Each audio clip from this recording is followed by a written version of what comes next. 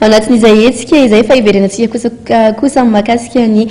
hetsika arabaritra sy ara-toekarena ny sokatra nanomboka tamin'ity androany ity ary ny hetsika bazar chic tanterahana etsy amin'ny lapany fanatanjahantena sy ny kolotsaina etsy Mahamasina ao anatin'ity andian'ity mofo dia omena vahana kokoa ny sehatry ny high-tech izay ahitana ny ireo fitaovana samihafa toy ny ordinateur portable, ny tablette sy ny sisa maro hafa.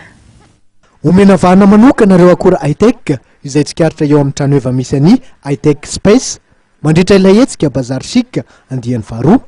izay karakarany orinasa finance and management for Madagascar na FIMA FM ary ny sokatra tetsy amin'ny lapan'ny fanatanjahantena sy ny kolotsaina etsy Mahamasina. Ho andreo izay manao commande tokoa dia mahazo tablette Galaxy Tab 3 amin'ny antsasabidiny latsaka kely satria raha mitetina 5,000 sy 900 ariary zany amin'ny varotra mivantana dia mahatratra 5,700 sy 300 ariary fotsiny zany ho andreo izay hinanafatra. Ary ny tena zava-dehibe ihany koa ny resaka informatika zany izay misongadina dia misongadina tokoa ankoatran'ireo mpivarotra informatika izay fahitatsika dia anisan'ny mikarakara ny bazar chic miaraka amin'ny FIMA FM izao ihany koa ny high-tech space dia izay nanolotra fianambidy goavana amin'ireo entana momba ny telefona, momba ny ordinateur ika farany misy ihany koa ny vente à la commande na ordinateur izay tena amin'ny vidiny tsy ampozina mihitsy. Be dia be ianareo no nanontany hoe avaiza ny Galaxy Tab 3 izay nanaovana ny promotion na la commande na vente directe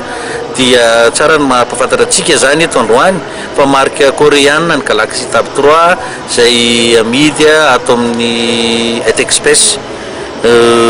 Maro izy ireo maro ihany koa nefa nahazo fa na izany somary limité ihany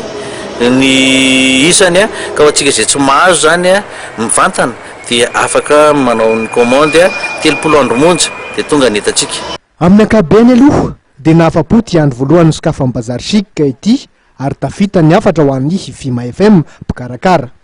Voaja ihany koa ny fianambidy ary entana tsara kalitao no atolotra ireo mpitsidika. Saika hita mandritra ny bazar chic avokoa ireo sehatr'asa rehetra toy ny gojagoja lakozy, ny akanjo fitafy sy ny maro samihafa ihany koa.